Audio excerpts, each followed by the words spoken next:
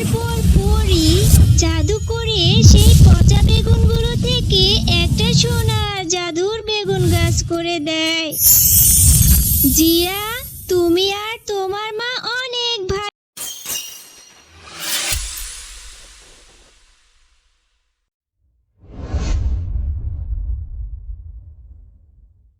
মা, তুমি কি রান্না করছো?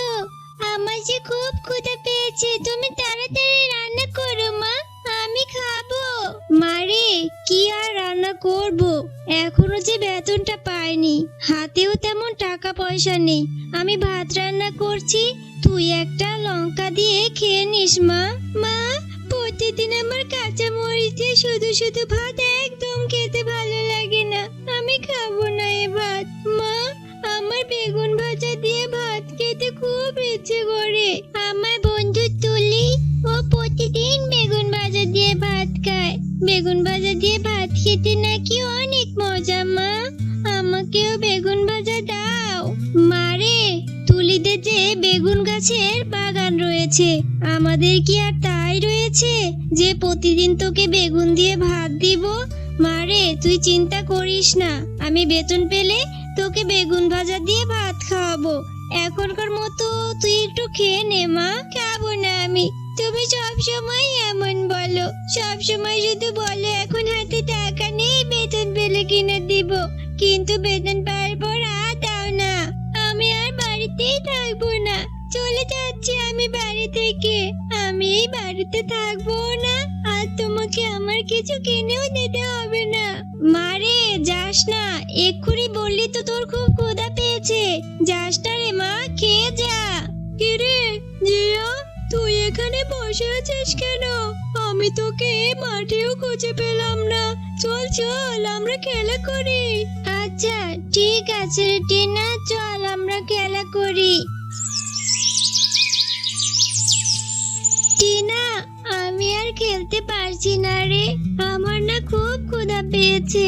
আমি তো বাড়ি থেকে না খেয়েই চলে আসছি, এখন আমি বাড়ি চলে যাই রে, আমি আর খেলতে পারছি না। কেন রে জিয়া, তুই বাড়ি থেকে খেয়ে আসিসনি? তোর ক্ষুধা পেয়েছে? হ্যাঁ রে তুলি, আমি বাড়ি থেকে খেয়ে আসিনি, আমি তো মার সাথে রাগ করে চলে এসেছি। আমার মাকে বলেছিলাম বেগুন ভেজে দিতে, কিন্তু মা আমাকে দেয়নি, তাই আমি বাড়ি থেকে রাগ করেই চলে এসেছি। আমার না খুব বেগুন ভাজা দিয়ে ভাত খেতে ইচ্ছে করে। তাই নাকি রে জিয়া, তোর বেগুন ভাজা দিয়ে ভাত খেতে ইচ্ছে করে? আর এদিকে আমি তো প্রতিদিন বেগুন দিয়ে ভাত খাই, কিন্তু আমার বেগুন ভাজা দিয়ে ভাত খেতে ভালোই লাগে না।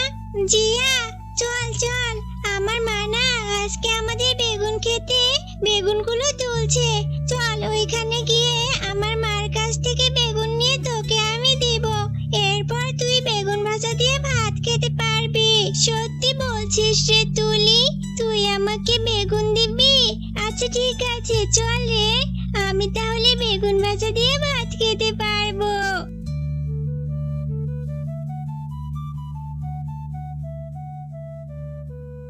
মা, আমার বন্ধু জিয়াকে নিয়ে এসেছি, আমাদের খেতে তো কত বেগুন হয়েছে, আমার বন্ধু জিয়াকে দুটো বেগুন দাও না মা, ওর যে বেগুন দিয়ে ভাত খেতে খুব ইচ্ছে করে, কিন্তু ওরা তো গরিব, ওর মা তো টাকা নেই, তাই খেতে পারে না।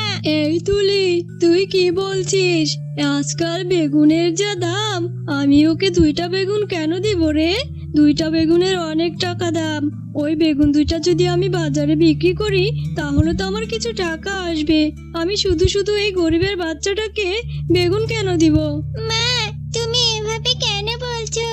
আমার বন্ধুরা তো গরিব, কিন্তু ওদেরও তো খেতে ইচ্ছে করে মা। আমি যখন জিয়াদের বাড়িতে যাই, ওর মা তো আমাকে এটা ওটা খেতে দেয়, তুমি দাও না মা ওকে। তুমি যদি আমার বন্ধুকে এখন বেগুন না দাও, তাহলে কিন্তু আমি পরে আর কখনো বেগুন ভাজা দিয়ে ভাত খাবো না মা। আমার এই মেয়েটাকে নিয়ে আর পারি না, কোথা থেকে এইসব ছোট লোক বন্ধু বান্ধব জুটিয়েছে। এই জিয়া শোন, ওইখানে ওই পচা দুইটা বেগুন আছে, ওইখান থেকে কিছু ভালো অংশ পেলে খাস। যা, ওই দুইটা বেগুন বাড়িতে নিয়ে যা। তোদের মতো গরিবদের এত ভালো বেগুন খেতে হবে কেন? সত্যি বলছো কাকিমা? আমি এই বেগুন দুইটা নিয়ে যাব? ইয়ে, কি মজা! আমিও বেগুন ভাজা দিয়ে ভাত খেতে পারবো। আচ্ছা ঠিক আছে কাকিমা, তোমাকে অনেক অনেক ধন্যবাদ। আমি এই বেগুন দুইটা নিয়ে এক্ষুনি বাড়িতে চলে যাচ্ছি। এরপর জিয়া সেই পচা বেগুন দুইটা নিয়ে বাড়িতে চলে যায়। কি রে জিয়া, তুই কোথায় গিয়েছিলি? সেই যে রাগ করে বাড়ি থেকে চলে গেলি, আর ফিরে এলি না। তোকে আমি কত কত জায়গায় খুঁজেছি রে মা। তুই কোথায় গিয়েছিলি? আর এতক্ষণ পরে কোথায় থেকেই বা আসলি? মা দেখো, আমি তুলিদের বাড়ি থেকে এই বেগুন দুইটা নিয়ে এসেছি। একটু পচা, কিন্তু তুমি আমাকে খুঁজে খুঁজে ভালো অংশটুকু ভেজে দাও। আমি এখন এই বেগুন ভাজা দিয়ে ভাত খাবো। জিয়া, তোর কি মাথা খারাপ হয়েছে নাকি? এই বেগুনগুলো থেকে তো কোনো ভালো অংশই বের হবে না। এই বেগুনগুলো তো একবারে পচে গেছে। কি কি দুর্গন্ধ বের হচ্ছে! এগুলো তো খাওয়া যাবে না রে মা। এই পচা বেগুনগুলো খেলে তুই তো অসুস্থ হয়ে যাবি। এরপর ডক্টর এসে তোকে সুচ ফোটাবে। আচ্ছা ঠিক আছে মা, তাহলে এই বেগুনগুলো আমি খাবো না। আমার আবার ডাক্তারের সুচে অনেক ভয় করে। আমি এই বেগুনগুলো ফেলে দিচ্ছি মা। এরপর জিয়া সেই বেগুনগুলো তাদের পুকুরে ফেলে দেয়। মারে, তুই এখনো মন খারাপ করে বসে আছিস? তুই চিন্তা করিস না, কাল যেভাবেই হোক আমি তোকে বেগুন কিনে এনে ভেজে দিব। এরপর তুই বেগুন ভাজা দিয়ে ভাত খাস রে মা। এখন আর মন খারাপ করিস না, চল ঘুমিয়ে পড়। আচ্ছা ঠিক আছে মা, আমাকে বেগুন ভাজা দিয়ে ভাত খাওয়াতে হবে না। আমি আর কখনো বেগুন ভাজা দিয়ে ভাত খেতে চাইবো না। তুমিও আর কষ্ট পেও না মা। রাতের বেলা সেই পুকুর পাড়ে একটা পরী চলে আসে। আহারে, এই ছোট্ট মেয়েটা আর তার মেয়ে কত অসহায়। মেয়েটা একটু বেগুন ভাজা দিয়ে ভাতও খেতে পারছে না। আমি বরং ওদের সাহায্য করি। আমি আমার মায়া শক্তি দিয়ে এই পুকুরে সোনার জাদুর বেগুন গাছ করে দেই। এরপর পরী জাদু করে সেই পচা বেগুনগুলো থেকে একটা সোনার জাদুর বেগুন গাছ করে দেয়।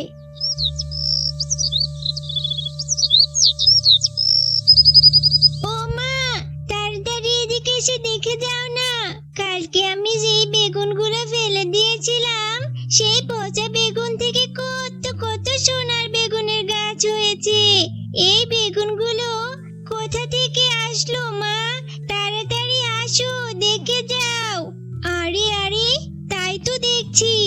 এই বেগুনগুলো একদম সোনালী রঙের, সোনার মতো চকচক করছে।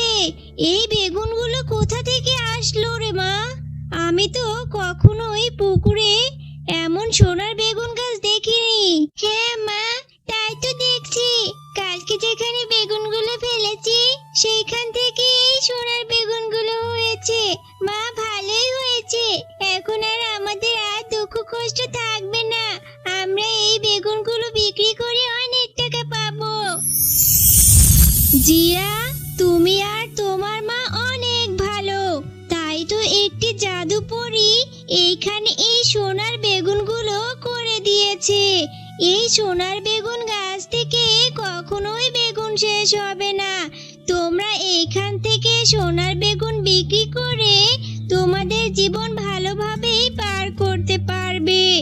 এখন থেকে তোমাদের আর দুঃখ কষ্ট থাকবে না।